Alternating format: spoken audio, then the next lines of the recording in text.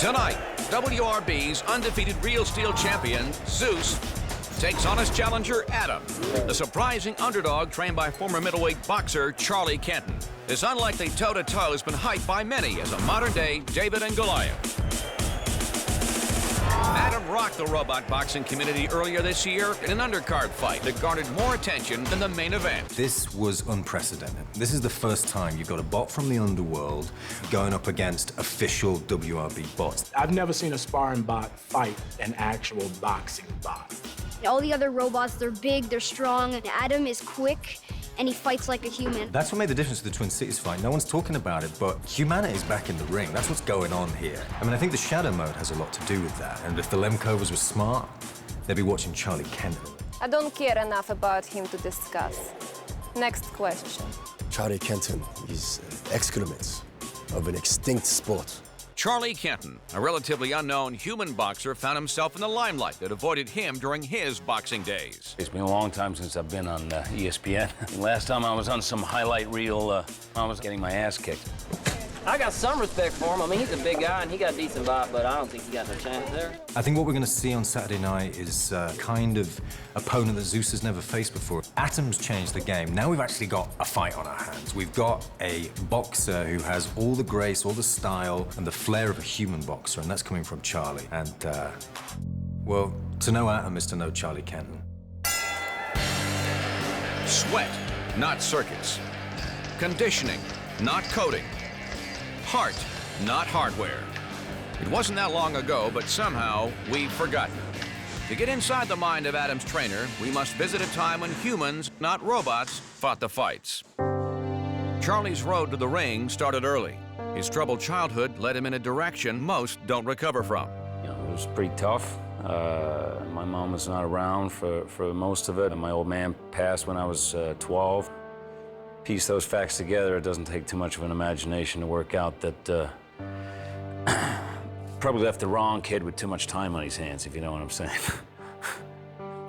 Charlie used to be the kid that used to get beat up all the time, and then one day he fought back and realized he could fight. In and out of juvie, Charlie was heading nowhere fast. But as fate would have it, legendary boxing trainer Joe Talent happened to be walking by a nightclub on a night that would change both of their lives forever. I wish Joe was here to tell you that story. He tells it pretty good over a glass of bourbon. That's a funny story. Yeah. Well, you know, I figured as a 17-year-old pretending to be 23, I had every right to be in that club. Yeah, I was a stupid kid, and I was trying to impress a girl.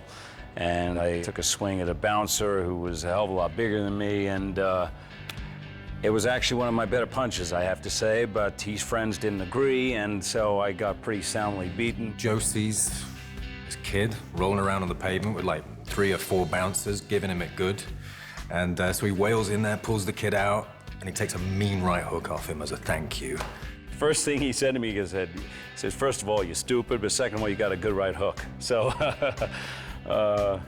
And he says, now we're going to work on your left, which is pretty much what we did for the first 3 years.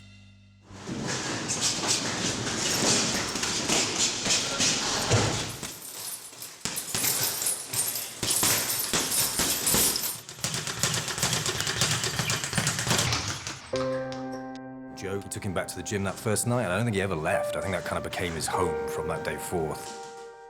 He needed somebody to believe in him, and that's what Joe gave him. He probably saved me, well, probably from a hell of a lot of time in jail, I'm guessing. Joe showed him how to fight from the head. He taught him about strategy, pacing himself, metering out his stamina, looking for his opponent's weaknesses. It was frustrating. I just wanted to get in there and fight, and he wanted to teach me technique and wouldn't let me fight until I had it down. A lot of wax on, wax off, if you know what I'm saying. I used to go and watch him box all the time because he was the guy, you know, from the neighborhood that was coming up that was really gonna make something of himself. Charlie began fighting in local matches, winning a series of junior belts across North America. He demonstrated real talent and imagination within the ring. By 1997, he'd won the United States Amateur belt, getting the nickname the Can-Do Kid. Charlie the Can-Do Kenton. Charlie the Can't-Do Kenton. is probably more appropriate. Now, you know, Charlie's a good guy, okay? Man, I remember seeing Charlie fight and him just, you know, really giving guys a beat until he worked his way all the way up to the top. It didn't work out, but, you know, in his earlier days of his fight, he was great. It's so funny, man. I never got asked about my boxing career by really anyone while I was boxing, but I had a 24-19 record, which basically anyone who knows math knows that that's not really much of a career, and I got knocked around a lot. I think if he'd listened to Joe more, he probably would have had a chance, but I think he was too stubborn to do it. I suppose the distinguishing factor was every fight that I fought was a knockout. I used to drive Joe crazy. He said that I could have won at least a dozen more fights if I just learned to take my foot off the pedal, but that was just not in my nature. What kind of a person does that? You know, it's pretty darn selfish. The guys I fought, that's probably the thing that scared them the most about me. They pretty much had to put me on the mat, or it was, or they were going on the mat. In 2006, Charlie fought Ricky Fannin, a fellow Texan with a talent for brutality. Charlie was favored in that fight. I was a little bit nervous, you know, because he's fast. I mean, he's a big fella, but he's fast. I'm a little bigger, but he is fast. But I knew that if I just read him right, I could just pop, get him with an uppercut, just that one uppercut, bang, out, done. Put him out, he's staring up at the ceiling, and the rest is history. Despite the devastating loss to Fannin, Charlie was offered a bout against title contender Nico Tandy the following year. It was a major turning point in his career. Nico Tandy was a top contender. He was, I think, #2 at the time in the world. There was nobody betting on Charlie Kenton that night. This was a punk that he had to put down to get to Kemper Harris, who was the champion at the time. He was on his way. He became the world champ for the next 3 years. So he was definitely on the rise, and I was put up against him to fight him. I didn't have a great record at the time. I got in the ring with him, and I just felt good. I just had this guy's number, and everything he threw at me, I could see. I hit him a couple of times, stung him, and I remember the look in his eyes. He was looking at me like, what the hell, this is not the deal. And from about around 3 or 4, we actually had a decent fight. It was a real fight. I think a lot of people expected him just to put in a decent performance, do his usual, maybe fall in the 3rd or the 4th, and take the payday and go home. But, man, he gave Nico Tandy a shock. I love boxing. I love a good fight. And this was about as good a fight as I'd had. And I told him my emotion takes over, and I had him. All he had to do was play the game. He just had to dance around him. He was ahead on points. There was no doubt about that. He just had to hang in there, and Charlie was Charlie. Had to go for the knockout, didn't he?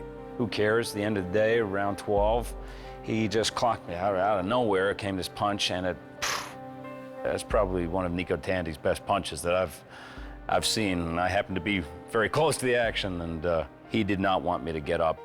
When you look at the arc of his career, that was his moment. And I think a lot of it was downhill from there, unfortunately, for the guy. The crushing defeat to Tandy would pale in comparison to the heartbreak that awaited him around the corner. Just months later, Charlie's mentor and surrogate father, Joe Talett, died. Charlie was lost. For a long time there, he was pretty much like family. He was pretty much everything to me. And yeah, it was pretty hard when he died too.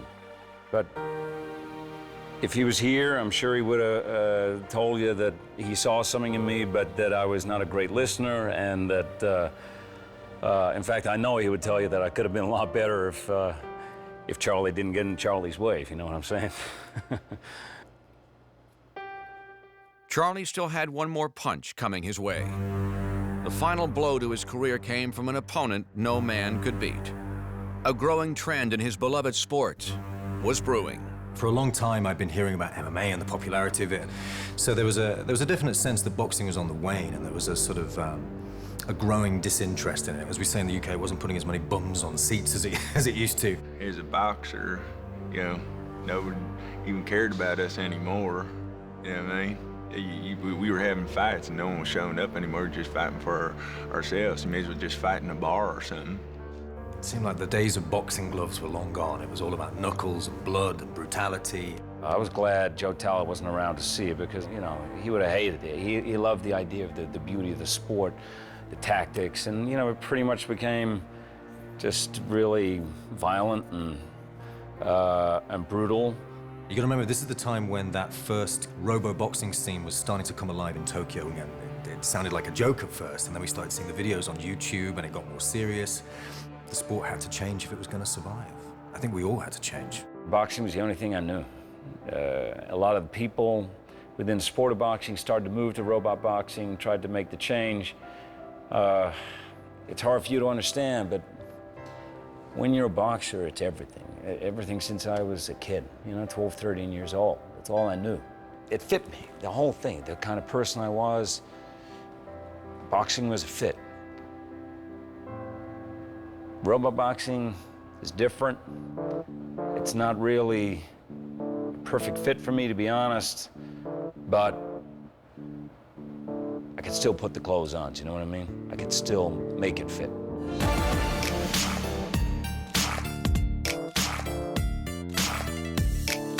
This sport, it is an art form, a high science. Yeah, I mean, it's exciting, right? What are you gonna do, you know? I've had to evolve. We've all had to evolve. I got my own spot, got my own bite. I'm hard to beat. You know, believe it or not, I actually had a little bit of dough when I left boxing, and so I used that money to buy a robot. Yeah, were you there the first time he said he was turning his life around? Or this would be the last time, so maybe it'll work. I won't lie to you, I think I was pretty much a bit of a joke around the place. I found it difficult to make that transition, and I pretty much scrapped around for years, trying to make a buck, make a living, get involved with the sport. It was my son that really was the turning point. He might just be getting his final shot at the big show, and I think undeniably Max has got to have something to do with that. Max is really the one you should be interviewing here. He's really the key. I think he has a talent. I don't really tell him this a lot, but I think he's quite a good boxer, and I've been reading about him, and I think that does affect our fights with Adam. It was amazing, the moves that he was making this robot do, and just really interesting footwork and intricate punching pattern. Atom is what I've been waiting to see since the end of the human days. This is what boxing's about. Atom made me a believer. He's an old-fashioned robot. He's not the biggest, he's not the strongest, but he's quick. He can take a hit. And with Zeus, that's important. A shot against Zeus. Adam against Zeus? Boy, in your dreams. In your big dreams, you know what I'm saying? What kind of question is this? Zeus is undefeated. Oh, I'm predicting a beatdown. Let me put it this way. It is like a pinball machine versus a stealth fighter. I mean, seriously, you see the size of that? You see the size of the other one? I mean, I don't know. I'm more excited about Saturday night's fight than I've been about boxing in a long time, and that's robot or human boxing, and I think we're going to see something extraordinary. The real steel belt fights are always the hottest ticket in town, and this one couldn't be any hotter. I think we have a chance. Adam never gives up. Max always believed in him, and if it wasn't for his stubbornness and his belief, we wouldn't be here at the championship fight of the WRB.